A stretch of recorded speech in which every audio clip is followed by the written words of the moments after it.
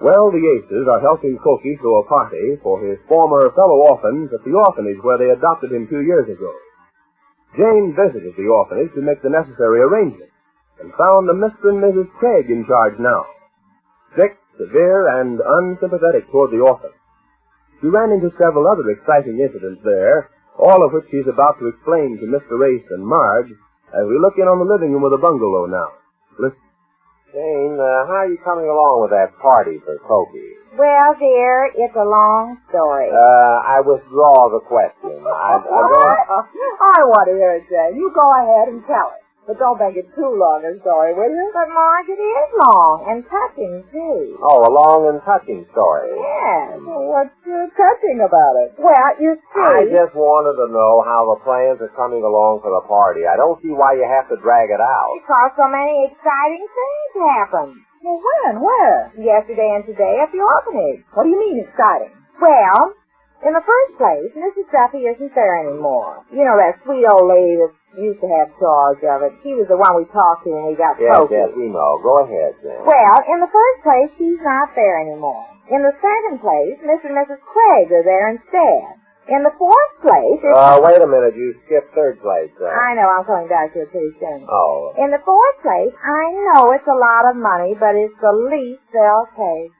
What? Just a second. What's a lot of money? It's the least we'll take. $25, Mr. and Mrs. Craig. $25? Now, don't fly off the coop, dear. I'll explain it. I told you it was a touching story. I'm touching you for $25. Oh, now, just a minute here. Kookie told us he had $20 saved up to throw this party for the kids. Yes, I know. All he wants me to do is to provide the car so he can drive up in style. I consented to do that, but this $25 you're talking about, Yes, Jane. what's that for, Jane? The $25? Well, if you'll let me say something, I'll try to explain it. I wish you would. Well, Mr. and Mrs. Craig said they'll rent me the banquet hall for $25.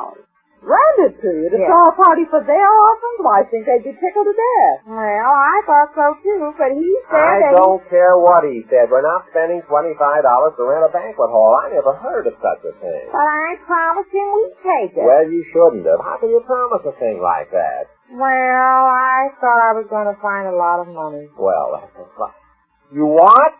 Jane, where did you think you were going to find a lot of money? Well, that's one of the things that happened there. Mr. and Mrs. Craig were talking to me in the office there, and they got a phone call, and they had to go out, both of them. And they left me there alone. Well, pretty soon a door opened, and a little orphan girl came in. She talked real soft, and she said her father and mother used to be very rich, and they buried a lot of money someplace. And she gave me a piece of paper with the directions how to find the money.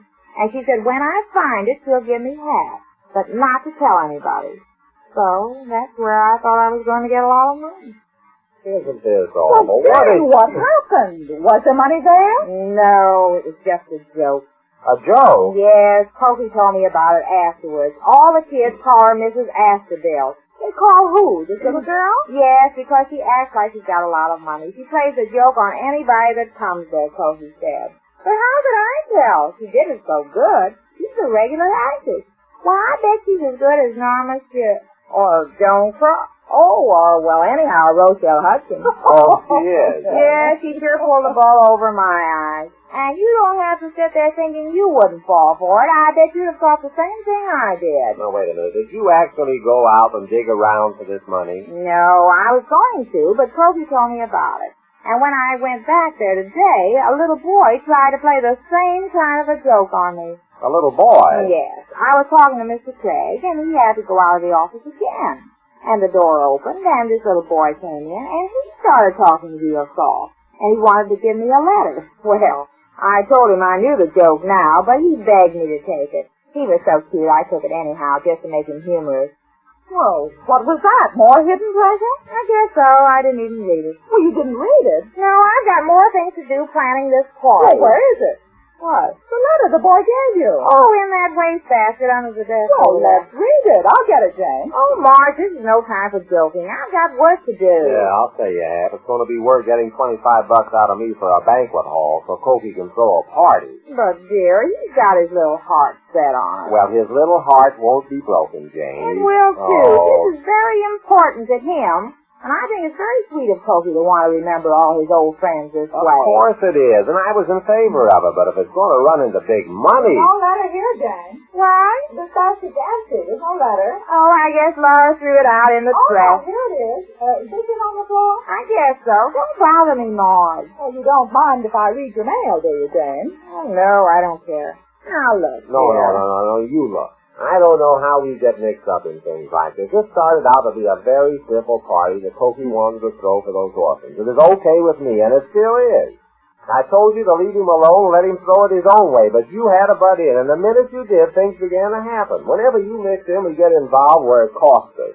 Well, did I know they were going to charge for the banquet hall? Did I know Mr. and Mrs. Craig were there? Didn't I think Mrs. Duffy was still there and she'd be very glad to let us have the party? Oh, go hire a hall. Well, that's what I want to do. If you'll only just let me give me the $25. Oh, there he is now. Oh, you can't turn him down, But, dear. Jane, if we start with this 25, it's going to cost us more and more before this thing's over. Just a minute, and I know he'll just be heartbroken about Oh, it. he'll understand. He can do it next year when he's got a little more money saved up if he Hello, wants. Mother. Hello, Kookie. Uncle Ace home? Yes, but he might as well not be. What? Come on in, Kookie. We were just talking about the party. Oh, you were? Yeah. Oh, hello, Uncle Ace. Ah, good evening, Kookie. You're looking good, Uncle Ace. Well, thanks. Never saw you look better. Yeah, well, thanks. Have a cigar, Uncle Ace?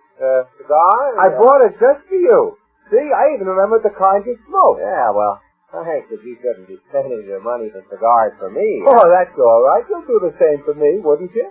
Oh, so that's Oh, what... hello, Marge. Oh, Kookie talking to you.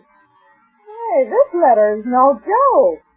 Jane, who gave you this? What letter? I told you, some little boy Now, out this your... is serious. This is a cry for help. A what? If this letter is true, why, this is pitiful. Well, what is it? Let me see it. Wait a minute. Kookie, is this a joke? What is it? It's the letter some little boy gave me. You remember I told you about the joke that little girl played on me? Mrs. Aiskowitz? Yes. Oh, yes. You sure fell for that. But I don't think this is a joke. Kookie, do you recognize this handwriting? What? Look at this handwriting. Oh, printing, huh? Yes, the letters are all printed, but who did it? Do you recognize this handwriting? Who could have written this, you know? Oh, sure. Well, who? Shakespeare. Who? Kookie, this is no time to joke. I ain't joking. Shakespeare wrote that. I can tell the way he prints anywhere. He used to print all the time. Stories. I once he printed a little play we acted out for Christmas. That's Shakespeare, all right. Did Shakespeare give you this letter, Mother? Shakespeare? Yeah, did he give you this? Kookie, a little boy at the orphanage gave it to me. Yeah, a little fella with real blue eyes and kind of curly black hair. Yeah, that's the one. Yeah, that's Shakespeare. Oh, Kookie, how can you say that? Shakespeare had a beard. A beard? Well, he's only 12 years old. Of course, so he couldn't be. But it is Shakespeare. I recognize the printing. Oh, but Oh, Kookie... stop it, G.T. This is serious. Yeah, Shakespeare was serious all the time. Awful swell little fella, but he was always thinking. I bet hardly a day goes by when he doesn't think.